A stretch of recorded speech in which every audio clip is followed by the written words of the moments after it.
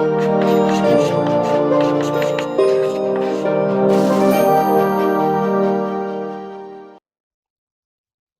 Friends, पिछले दो videos में हम लोगों ने पहले फॉर्मल ऑर्गेनाइजेशन यानी कि जो हमारा एक औपचारिक संगठन होता है उसकी बात की थी, फिर अनौपचारिक संगठन की बात की थी। हमारा यही 5th चैप्टर चल रहा है जिसका नाम है ऑर्गेनाइजिंग संगठन।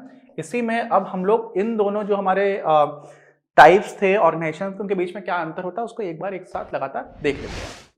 देखिए, ये हमारी किताब में सीधे तौर पर मिल जाएगा।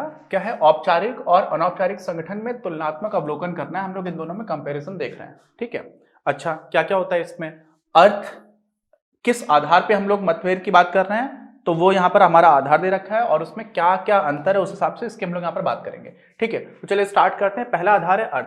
अर्थ क्या होता है भाई? जो भी हमारा औपचारिक संगठन होता है उसमें अधिकार संबंध होते हैं। कौन किसका बॉस है, कौन किसका सबॉर्डिनेट है, कौन अधिकारी है और कौन उस अधिकारी के अधीनस्थ है, तो इसकी बात हो जाती है। तो यहाँ पर अधिकार संबंधों का ढांचा जो प्रबंधन है वो तैयार करता है। यहाँ प्रबंध लिखा हुआ है हमारी किताब में, हर जगह पर यहाँ पर प्रबंधन ही होगा। अच्छा, यहां पर क्या होता है? सामाजिक संबंधों का तंत्र होता है। सामाजिक संबंधों का तंत्र मतलब क्या होता है कि लोग आपस में जिनके जिस तरह के इंटरेस्ट हैं, किसी को बाइक राइड करना अच्छा लगता है, किसी को क्रिकेट खेलना अच्छा लगता है, तो उन लोगों ने अपने अपने हिसाब से ग्रुप्स बना लिए। तो उनमें क्या होता है? उनका तंत्र होता है कर्मचारियों का अंतःक्रिया से प्रारंभ होता है। इसमें अपने आप अपने मन से एक नेटवर्क बना लेते हैं। इसमें कोई रिटर्न कहीं पर कुछ ऐसी चीज नहीं होती है। उद्गम, ओरिजिन कैसे हुआ? कंपनी के नियम बताते हैं कि कौन किसका बॉस रहेगा, नीतियां होती हैं, पॉलिसीज होती हैं, वो बताती हैं। यहां पर क्या होता है? सामाजिक अंतःक्रिया के परिणाम स्वरूप आरंभ होता है। सामाजिक अंतःक्रिया का मतलब क्या हुआ? लोग किस तरह से समाज में इंटरेक्ट करते हैं ना, ऐसे दोस्ती हो जाती है। उसी तरह से यहाँ पर क्या हो जाता है? अनौपचारिक संगठन का स्टार्टिंग होती है। अच्छा, फिर क्या है? अधिकार किसमें क्या क्या होते हैं? यहाँ पर प्रबंधन में जो स्तर की क्षमता अनुसार दृष्टिगोचर होता है। जैसे जो ज्यादा अलग अलग तरह का काम कर सकता है, किसका क्या स्किल है, तो जिसका जिस तरह का कौशल है उसको उस तरह का काम दे दिया जाता है। तो यहाँ पर उनका जो अधिकार क्षेत्र होता है अपने अपने कौशल के हिसाब से बांट दिया जाता है। यहाँ पर क्या होता है? व्यक्तिगत गुणों से दृष्टिगोचर होता है। कोई क्रिकेट टीम में अच्छा कैप्टन बन सकता है, कोई ज्यादा अच्छा गा सकता है।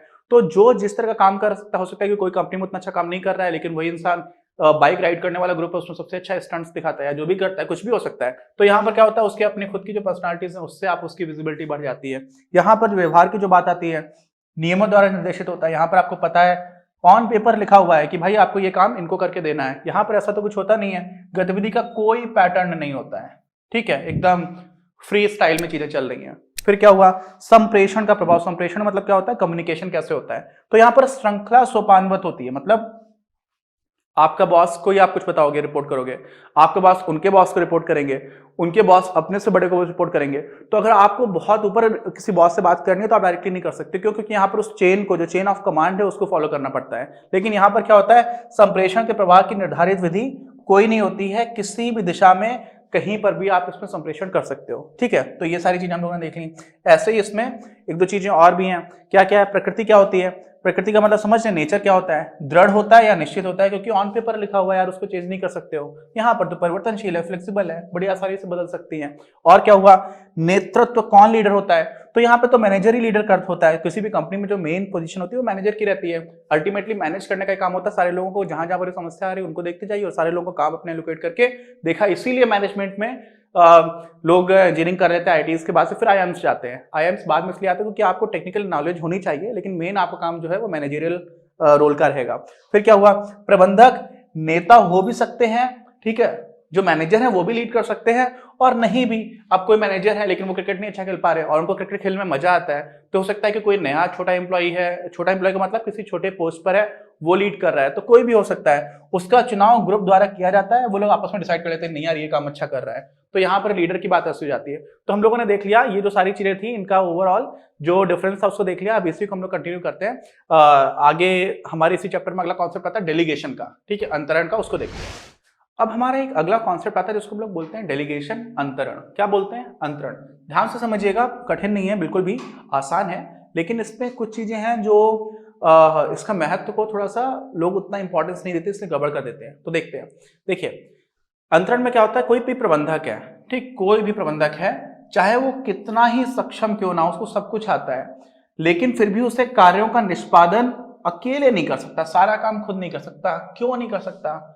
जैसे मान लीजिए, प्रबंधन का काम क्या होता है? मैनेजर का होता है। हमारे यहाँ पर भी जो सर्विसेज होती है उसमें आईएएस को सबसे ज्यादा अच्छी सर्विस मानते हैं, इंडियन एडमिनिस्ट्रेटिव सर्विस की।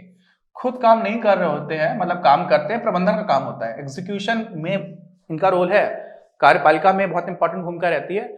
लेकिन सीधे तौर पर कई जगह पर, खासतौर से जब तक जिला प्रशासन की बात होती है, वहां तक खुद से रिस्पॉन्सिबल डायरेक्टली नहीं होते हैं, अलग अलग विभागों में कहाँ समस्या आ रही है उसका काम देखना होता है।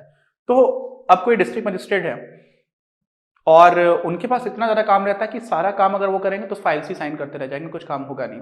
तो वहां पर एक तो प्राथमिकताएं बनानी होती है कि आपके लिए ज्यादा इंपॉर्टेंट कौन सा काम है, ऐसा कौन सा काम है जो आप ही कर सकते हो, ऐसा कौन सा काम है जिसको काम करने की अथॉरिटी सिर्फ आपकी है, ऐसा कौन सा काम है जिससे वास्तव में पूरे ऑर्गेनाइजेशन पर ज्यादा अच्छा सकारात्मक प्रभाव पड़ सकता है। ये सारी चीजें देखी जाती हैं, ठीक है। तो ऐसा ही कहां पर चलता है, जो हमारे डिस्ट्रिक्ट मजिस्ट्रेट भी एक तरह के मैनेजर ही हैं, ठीक है। जो डीएम साहब है वो क्या है, मैनेजर ही तो है।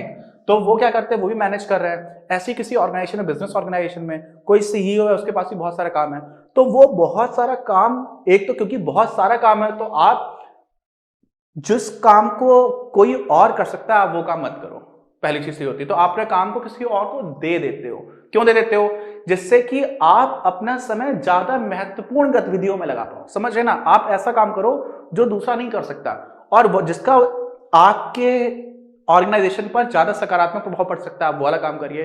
तो इसी प्रक्रिया को, अपने काम को अपने अधीनस्थ लोगों को दे देना, अपने काम को अपने सबऑर्डिनेट्स को ट्रांसफर कर देना, आपका काम है वो, लेकिन आप अपने आप को इसलिए ट्रांसफर कर रहे हो जिससे कि आप ज्यादा महत्वपूर्ण काम कर पाओ। इसी प्रोसेस को हम लोग क्या बोलते हैं, डेलीगेशन, ठीक है। काम का आकार उसे स्वयं पूरा करने में अक्षम बना देता है। काम का आकार का मतलब क्या हुआ, द वॉल्यूम ऑफ वर्क बोलते हैं उसको इंग्लिश में। वॉल्यूम इतना ज्यादा काम है कि आप दिन भर वही करते रहोगे, मतलब जो इंपॉर्टेंट चीजें वो आप कर ही नहीं पाओगे, तो आपको कुछ काम तो देना पड़ेगा ही पड़ेगा। मतलब मैनेजमेंट में ये बहुत इंपॉर्टेंट चीज, इसमें काम चोरी की बात नहीं है। अरे भाई, जो महत्वपूर्ण काम है आप वो नहीं कर रहे हो, आप सारे काम करते चले जा रहे हो, तो सारे काम में आपका भी काम खत्म ही नहीं होगा, ठीक है। इम्पॉसिबल है कि काम खत्म हो जाए, इनफाइनाइट काम होता है, ठीक है। ये तो मैं इतने बड़े लोगों की बात कर रहा हूँ, मेरे पास काम इतना रहता है, इनफाइनाइट रहता है। अगर इतना सारा काम है, आपको उसमें अपनी प्राथमिकताएं बनानी पड़ती हैं, ठीक। तो ये चीज होती है। अब समझ लीजिए, परिणाम स्वरूप किसका, डेलीगेशन के परिणाम स्वरूप उससे संगठनात्मक लक्ष्यों की प्राप्ति के लिए, उद्देश्यों को केंद्रीकृत करने के लिए तथा यह आश्वासित करने के लिए कि कार्य निश्चित रूप से पूर्ण होगा, उससे अधिकारों का अंतरण निश्चित ही करना चाहिए। उसे मतलब किसे, जो प्रबंधक है। इतना ज्यादा काम अकेले कर नहीं सकता है, तो किस किस चीज के लिए, सबसे पहले जो संगठनात्मक लक्ष्यों की प्राप्ति के लिए, आपको ऑर्गेनाइजेशन के गोल्स को अचीव करना है कि नहीं करना है, तो उन लक्ष्यों की प्राप्ति होगी, आप अकेले कर नहीं सकते हो, तो आपको देना ही पड़ेगा। पहली बात तो ये हो गई। दूसरा क्या हुआ, उद्देश्यों को केंद्रीकृत करने के लिए, केंद्रीकृत करने का मतलब क्या हुआ, सेंट्रलाइज है, आप डिसाइड कर रहे हो, क्योंकि सोचना, आगे की पॉलिसीज बनाना, ये बहुत इंपॉर्टेंट काम होता है। बाकी तो एग्जीक्यूट तो आप किसी से भी करा सकते हो, ठीक है। मतलब किसी से भी कराने का मतलब है, सिर्फ एग्जीक्यूशन उतना इंपॉर्टेंट नहीं है जितना उसकी दिशा निर्धारित करना। तो वो सारी चीजें कहां से डिसाइडेड हो रही हैं, मैनेजर कर रहा है, तो वहां पर क्या हो रहा है, उस चीज को सेंट्रलाइज करना, जो उद्देश्य है उनको सेंट्रलाइज करना। काम तो बहुत लोग करेंगे, ठीक, अच्छा। और ये आश्वासित करना कि कार्य निश्चित रूप से पूर्ण होगा, एक ही इंसान कर रहा है, उसके पास टाइम ही नहीं बचेगा तो काम पूरा नहीं होगा, ये भी निर्धारित करना है। तो इस वजह से आपको क्या करना पड़ता है, डेलीगेशन करना ही पड़ता है। आपको अपने अधिकारों का अंतरण करना ही चाहिए। कौन, आप, आपका मतलब क्या होगा, यहाँ पर जो मैनेजर्स हैं उनकी बात कर रहे हैं, प्रबंधकों की बात कर रहे हैं, ठीक है। जैसे ये मैनेजर है, इन्होंने बता दिया कि आप ये करो, आप ये करो, आप ये करो, अपने ही काम को दे दिया, रिस्पॉन्सिबिलिटी नहीं की है। अभी हम लोग देखेंगे, डेलीगेशन का मतलब ये नहीं है कि आपने काम किसी और को दिया तो जिम्मेदारी आपकी चलेगी, जिम्मेदारी आप ही की है, आप क्या कर रहे हो, आप अपने काम को इसलिए दे रहे हो जिससे कि आप ज्यादा महत्वपूर्ण चीजों पर ध्यान लगा पाओ, ठीक। तो ये हमारा क्या हो गया, अंतरण हो गया। आवश्यकता क्यों है, समझ ही लिया है कि इतना ज्यादा काम होता है। पहली बात तो है, प्रबंधक को अन्य महत्वपूर्ण कार्यों में समय देने के लिए अवसर प्रदान करता है, इसलिए इंपॉर्टेंट है। जो ज्यादा जरूरी काम है तो आपको ज्यादा जरूरी कामों को प्रायोरिटी बना करके करना चाहिए, ठीक है। फिर क्या हुआ, अधीनस्थों की पहचान संबंधी आवश्यकता को पूरा करता है, इसको समझ लीजिए। आप हैं मैनेजर, आपके साथ आपकी टीम में 10 लोग हैं।